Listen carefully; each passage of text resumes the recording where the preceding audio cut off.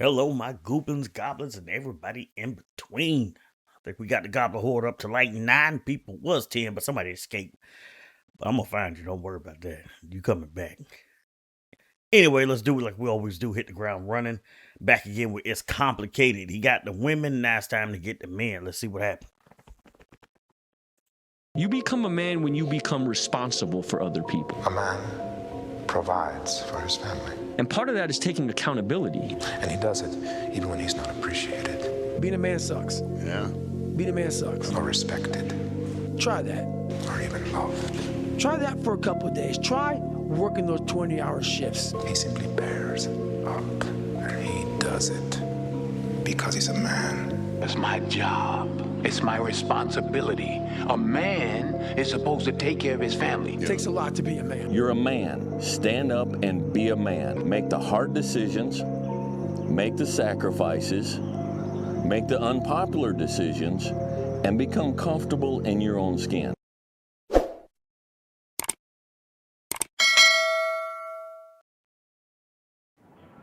Modern society is full of corruption. If a social system creates inequality between men and women, should the goal be to adapt to it or change it, and why? Well, I think if there's any inequality, that we should change it because there should be equality. I mean, men and women should be seen as equals always. Yeah, see, right off the rip, personally, I don't see us as being equal. We are equal, but in different ways. And if you're looking at trying to make it equal, that's not exactly fair. See, people get equity and equality confused. And just to kind of give a quick idea, you got 3 young boys standing on the fence. And some people might have already seen this picture, but you got 3 boys standing on the fence. You got a tall one, a medium, and a short one. Tall one can see over the fence. They're watching a baseball game. Medium is just a little bit too short. Small is way too short, right? Equality would be giving each of them a box to stand on. Tall one who could already see is now taller and can see even more. Medium is now tall enough to see. Small one's still too short, right?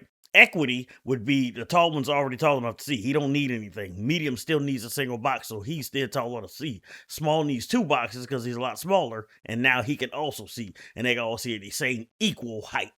You need equity, not equality. And it depends on what it is you're doing. It can end up worse than that it needs to be because you're giving help to somebody who may not ideally need the help. I think the goal always should be to strive for equality. And then if it's unequal, you should change it to be the most equal you could be. It depends on how you approach it. If you approach it from an idealistic standpoint, you want to change it. You want to fix it. If you approach it from a pragmatic standpoint, you think it is what it is. It is what it's going to be. I don't have the power to change it, so the best I can do is use it to my advantage. That's definitely It really depends on your frame of mind. It's not to say there's a right way or a wrong way to look at it. I tend to be more idealistic, but at the same time, it can be hard to be idealistic with the way the world is around us. If people said that discrimination is inevitable, just become better at navigating it, would most people consider that activism? I think if you're navigating discrimination, then you're not wrong. Well, you can't change everybody's mind. In an ideal fantasy world, then there is no discrimination, right? But we don't live there. We live in reality. And reality is there are people who are going to discriminate for absolutely no reason based on their own personal bias. So whether it be men against women, women against men, or races against other races, it's always going to be there. And the best thing you can do is find a way to work around it, find a way to deal with it. Now, and I'm not saying that violence or anything like that, but you just got to understand some people are just stupid. Unfortunately, some people are stupid. Like if you automatically have a bias against me because I'm a 5-foot guy, whatever the case, because he's short, right? That's your problem. That's not his problem. That person, if that were me, I've done nothing to you. So you having an issue with me is a all you thing because I haven't done anything to you. And I've said this before in other videos, but don't treat somebody like they've already done wrong when they haven't done anything. You're gonna treat them like a villain, and all they're doing is existing, mind their own business, existing in their own life. Addressing it. And I think that what we need to be doing is addressing it. Well, that's part of what all this toxic, like, talk between the battle of the sexes has been about for a while now. You'll have some people who will say, oh, stop being a baby and stop crying about it. But then you'll turn around and say, care about men's health. I don't think it's activism. I think that would just be more so the norm. You deal with discrimination in everything that you do, one way or the other. Why is telling people to change yourself called empowerment in some movements, but victim blaming in others? I think it's all in the perspective and the objective of that individual who's asking those questions, ultimately. Yeah, I get that, because you can set up that, and I've seen stories where, a husband and wife get divorced, and they say the reason they got divorced is because he told her to lose weight, and she didn't want to do that. She didn't like being told that, so she divorced him. But then after their divorce, she goes to the gym, gets in shape, and loses weight to quote unquote show him what he lost. But all that shows is you were fully capable of doing it the entire time, and you just didn't like being told what to do. So if if she goes and says that for herself, it's empowering. But if somebody else tells her the exact same thing, and it could be verbatim, it's bad. And a lot of that is based on, whether somebody has that victim mentality. And that's my opinion, exactly what it is you want to be a victim. You don't want to be anyone who takes accountability for yourself, because that's what it's all about, dodging accountability. If you're a victim, you don't have to worry about being held accountable. Focus of control. Some people decide they want to be victims. Other people decide they want to control the world, but you have to decide what you want to be. You want to be a victim, or do you want to be in control? Honestly, I guess that's a question for each individual. Bro, you can't be out here dressed as a literal clown. Please don't say nothing silly. Personally think that if you change yourself, it's to better yourself, not necessarily to make yourself fit into anything. Just like when it comes to height and weight, you might want to fit in pants. Men, we would prefer our women to be, a nice shape where they would want us to be a bigger height. We can't change our height, but when we ask them to change their weight, they always seem to give us just pushback on just them losing weight when we could lose weight together. Exactly like I was saying. I mean, he said the exact same thing. It is something that can be done together, or if you're already in shape and you want your significant other to get in better shape, show them how. And I ain't saying yell at them, be aggressive like you some crazy coach, right? Because that only work on certain individuals. I ain't gonna say that work on all men, but that works on certain individuals, not all. But if both of y'all are out of shape and maybe one of y'all want to get in shape, yes, do it together. If one of you are in shape and you want the other to get in shape, offer to show them and help them. And again, it is up to that individual to want to go and do that. But if they go and start, playing victim and saying, "Oh, you don't love me how I am," and all this other jazz, leave them alone. Leave them alone, because they want to be a victim. They don't want to be accountable. They want to sit there and be a potato and stay a potato. We should all be working to change ourselves. I mean, if we're not changing ourselves, then I don't think we're really evolving. So there's nothing disempowering about changing yourself. If adaptation is the answer, under what circumstances would challenging an unjust system ever be justified? But isn't that how the system came about? By challenging what's norm? The justification comes when it takes more energy to adapt than it does to change. That's the thing. A lot of times we as humans, it's not necessarily that we approach the path of least resistance. We approach what is practical. So if there's less energy involved in adapting, that is more practical than changing. I'm not even going to say we as humans. I'm going to say that's more of a men's personality and a men's mindset, because I would say most men operate that way on a regular basis. If it is easier for me, and like he said, as far as energy usage, am I going to burn more energy? Is this worth the energy to fight this? If it's not worth it, why bother doing it? I could put that energy to better use in other areas. So I'm not going to say it's a human thing. I'm going to say it's a men thing, because we will sit there and deal with something because on the energy level, it is way more efficient to just deal with it than to burn the energy fighting against it and potential fallout from fighting against it. If this is a spouse we're talking about, you could lose your house, you could lose your car, you could lose your kids, you could lose anything that you maybe built up before you got married. you could lose that. You would lose half of that, if not all of it, right? And you got to start all over. And some men don't want to do that. So it is easier for them to deal with the situation than it is to leave, because about which one is worth it. And if it ain't worth losing all your stuff, they'll sit there and deal with a bad relationship. Once the scale flips and there's less energy needed to change it, when people are willing to spend the energy, like it would take more energy to adapt, that's when people will feel the need that it is practical to change it. I think that humans are very adaptive, and that's a good quality of being a human being. But at the same time, we should always be co-creating a system that works more for everyone. Why is it whenever women complain, reforms are made, but whenever men complain, they're told to improve? I believe because we live in a society where men rule almost everything, and women are just now getting the rights and the feelings that they deserve to be. And that's why he dressed like a clown. I knew all I had to do was wait, and he was going to show why he's out there dressed like a clown. It is a warning sign. Women are not just getting rights; they already have the rights. Like if you're talking about voting rights, this is not recent, right? That happened during suffrage. That was not yesterday. That wasn't even 20 years ago at this point, 30 years ago at this point. You have most of the women doing a lot of this complaining have been alive less than the time suffrage has happened, right? So what rights is he talking about that they are just now getting?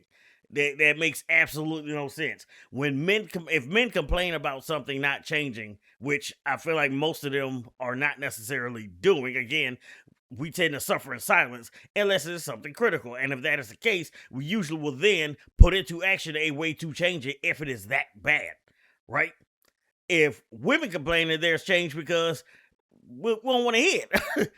We want to hear. Plus, it is more of them. So if it's a voting thing, if enough of them get out and vote for this change to happen, then yeah, I mean, because right now, numbers-wise, there are more women than men. So if the women get together on one accord and go and vote for whatever this change is that they want, it's likely to happen. But what we'll do in a lot of times is we will either, like he said, adopt or adapt. We're either gonna adapt. We're gonna adapt to the situations. Like I might not like the situation, but I'm gonna find a way to do it. Or if I don't like this, or I don't like the way I'm being treated, too bad. Because that's what we get told the entire time. And we learn that, and we learn to just navigate around it. Be acknowledged and to be heightened, I guess you could say. That's just how society is ultimately. The man is supposed to bear all of the hard things of this world, while the women should be coddled and ultimately taken care of. So it kind of goes back into, ultimately like your God-given roles, if you will, or the rules of nature, if you will. Why isn't the solution to women's problems to just become better like it is for men? Ultimately, that would solve the problem, but here we don't solve problems, we just pacify problems. They're going to avoid that at all costs. I mean, they've been dodging accountability like Neo with bullets. All complaints, whether they're coming from men or women, should be addressed equally. And so, yeah. Yeah, he's saying they should be addressed, but we both know they're not. That's why he's not saying that. They should be addressed equally. They definitely should be, but they're not. Because regardless of what anybody says, we cater more to women than we do to men. That's how we've always operated. Everything we've done is for the women, right? Yes, men have benefited from it too. I'm not saying that they haven't. I'm saying the things we do, the comfortable lives we live, are because we wanted the women and children more comfortable. It was not for ourselves. And if you think that's the case, you look at a 20-year-old girl and a 20-year-old boy, right? Two young men and women. And you go to this guy's place, and a lot of times it is like minimalized. It's bare minimum. He might not even have a chair. It might just be a bucket that he sits on and a TV and his game. It's very, very basic. It's very minimal, but to him, that is all he needs to be comfortable. The girls, the women, they need more than that. They have to feel comfortable. They have to feel safe. It's going to be a lot more in there. And there's nothing wrong with that, but that is just how we are as two different, as men and women. As the male and female of the species, we operate and we think differently and behave differently. And that's what a lot of people tend to forget, is that we are very different. We should all be told to improve, and at the same time, we should have our complaints taken seriously. Men have a hard time agreeing with other men, I think, and women have it easy, like agreeing with other women. So if there's a big complaint within women, women usually are like, yeah, that's actually true. We want that to change. And men usually they don't have that really close knit community where they agree with each other, I think. Yeah, see, I don't believe that either. I believe men will agree with each other when it works best for majority or all. I don't expect to agree with every other man because one, if everybody agreed, we would not advance. We would not go further from where we are. Is you need opposition because opposition is going to allow you to strengthen yourself. Right? If you have that's why like rivalries work really well. You know, you got one guy that gets fast, so you build yourself up to be faster. So then he has built himself up, and you're both elevating each other through your competition. So it needs to be a butting of heads from time to time as far as the back and forward. If you all agree, you're not getting anywhere, you're not getting any stronger. And with women, in my opinion, a lot of them don't actually agree with each other, and they're just doing that just so they can keep the peace, so they can save face in front of other women. Because if you look, the women who don't do that get chastised. They get called a pick me if they agree with men, right? They chastise them, they bully them. And women do it way worse. Everybody knows teenage girls are some of the worst people on the planet because they chastise, they bully, they do things to each other just to do it. Not for a good reason. They do it just to do it. And I'm not saying boys don't do it too. They don't do it to the same degree, right? That's emotional scarring versus just a physical scar. You know, that heal, but that emotional, that'll change your whole personality. Why do you think that is? I think that is because there's like a big hierarchy with men where there's like, I'll try to be better than you, richer than you, more strong than you. And if you're not like on my level, I try to push you down and say. Yeah, but again, that's rivalry. There's no. I wish there was a millionaire who had it out for me. Who was like, man, I'm gonna be better than you. All right, so then I can just go and look and see what you're doing, and then just kind of mimic that and make it better. So then I can be a millionaire, right? Me and him go back and forth trying to get more money than each other. That's how these cats get the money. That's the rivalry. If you are not rising up to the occasion, and instead you want to be that victim, that's on you. You did that, not him. Like your concerns are not as worthy. Why is it that men will reluctantly accept their fate anytime an injustice is pointed out? It is what it is, or that's just part of being a man? Both. It is what it is, and it's part of being a man. Society doesn't care whether you're big, strong, small, or whatever the case. You're a female, you get taken care of. If you're a male, you got to deal with it. That's 100% facts. How many men homeless shelters are there? None. There are none. There was one. One guy did it. It was a veteran, I believe. He set up a men's homeless shelter. They ignored him. They wouldn't fund him. The place fell apart, and he ended up passing away by his own hand. You know, it's ridiculous. One guy, and that's the mentality that we live with is that guy tried it, and look what happened to him. What's the point in trying? It just is what it is. You find a way to adapt, you get around it. That's life. It's the curse of being a man. You know, it's the burden of being a man that we have the burden of carrying everything on our backs, and I feel it's always going to be our job to provide and to necessarily do what the right thing is. And I think men are, not to be sexist, but I think that men are a little bit more level-headed than women and make more conscious decisions. Yeah, we don't have the benefit of behaving that way because then we get called gay or sassy or zesty or whatever they using now. You get called that. So if you want to look like you got some sense and you want to try to succeed, unfortunately, that's you have to adapt. You got to adapt to the situation. Nobody's coming to save you. Get on your own 2 feet and keep moving. Plain and simple.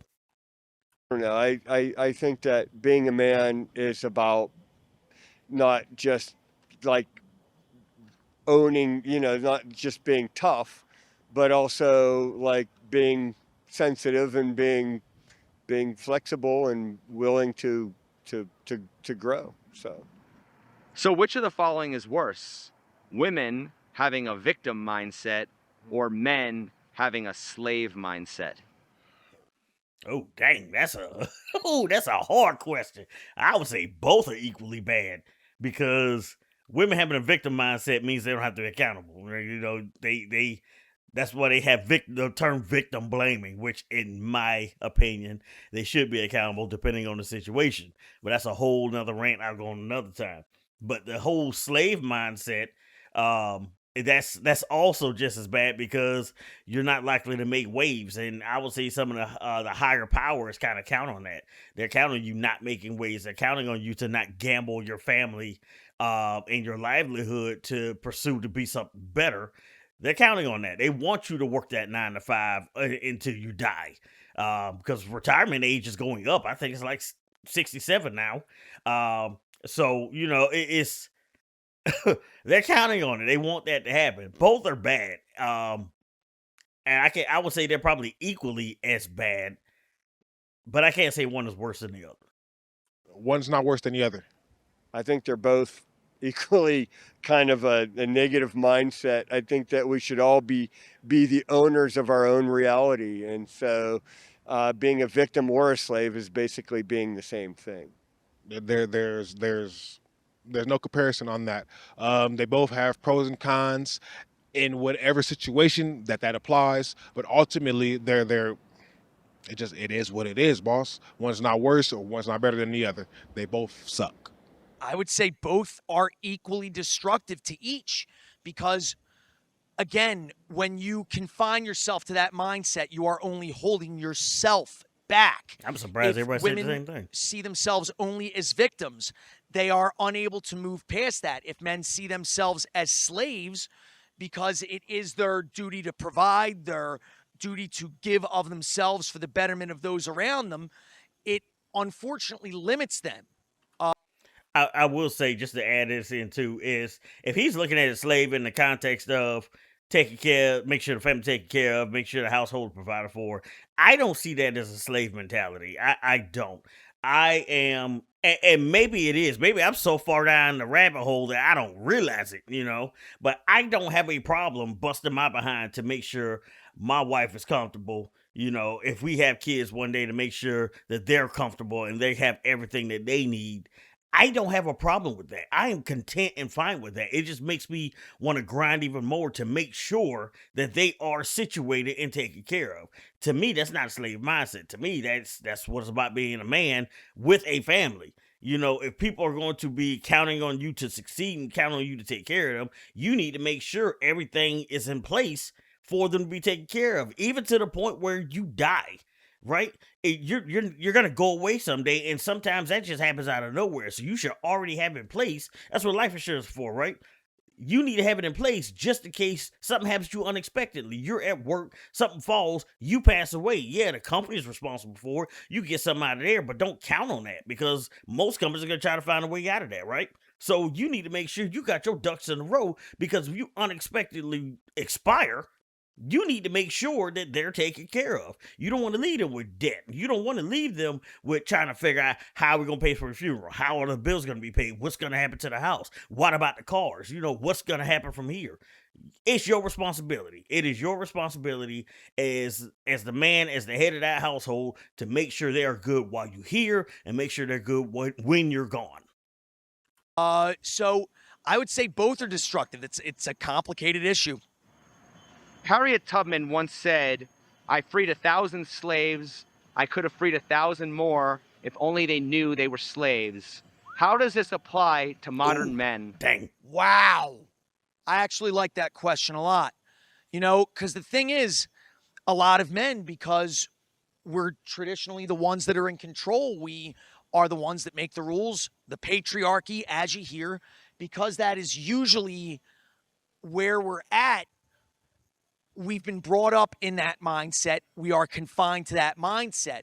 So it could be said, yeah, we don't realize that we're slaves in that situation because, you know, again, it all comes down to us. There's a lot of pressure on men, whether some people want to deny it or not. Because, you know, I got to do my job. I got to make money. I got to provide for those around me, even though I'm still single. You know, I have to be stable.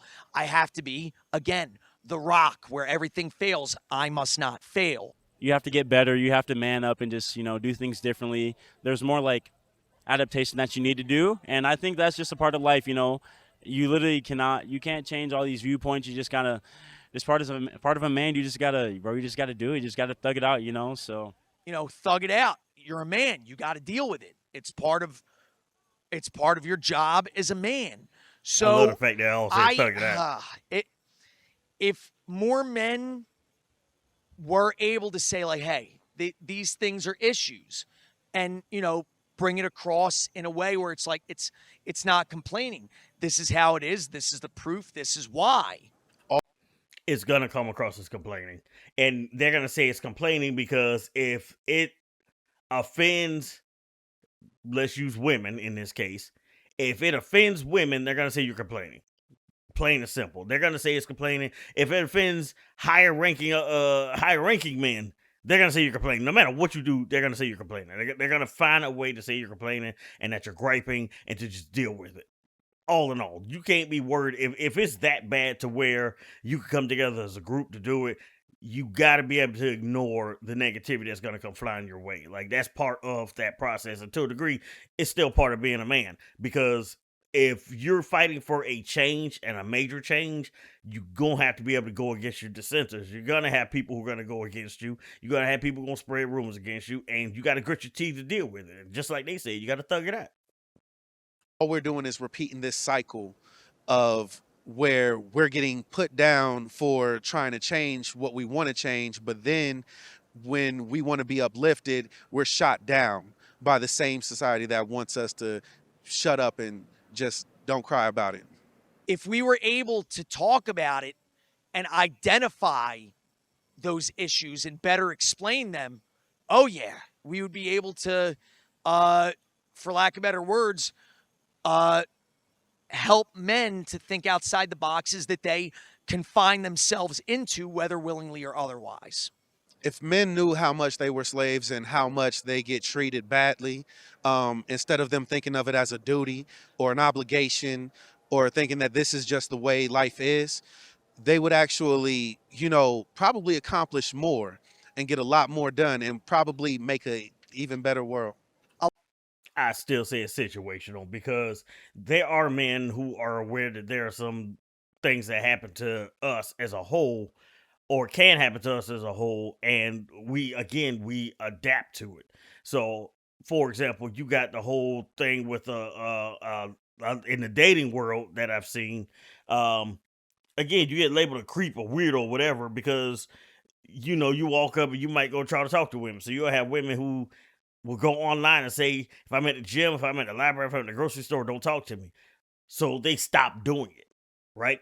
You'll have workplace situations where you'll have a lot of false reporting, because like there was one of the stories that I heard, and it was a truck driver. An instructor, I'm sorry. He was a truck driving instructor, and the girl said he failed her because he wanted to sleep with her. She said no.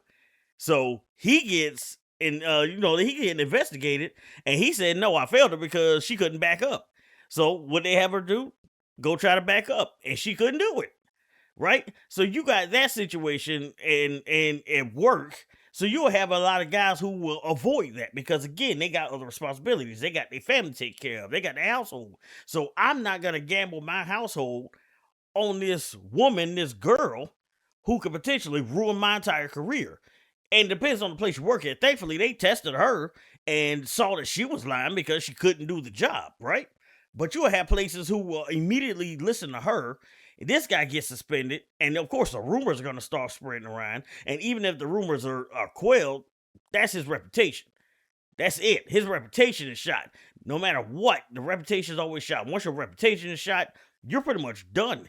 It's not really impossible to get promoted there. And if you work in a small niche field, it's going to spread. So now everybody in that field is going to know what's going on, right? So it makes it very, very difficult. So they won't train them one-on-one. They will not mentor them. They're staying away. They're adapting to the situation to protect themselves. A lot of the interactions between men and women today, it is a vicious, self-propagating cycle where we're all offenders and we're all victims at the same time.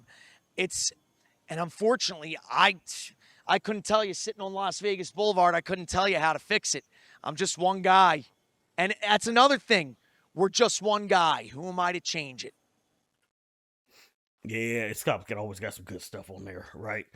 But, as usual, I want to know your comments, questions, comments, concerns, all that good stuff.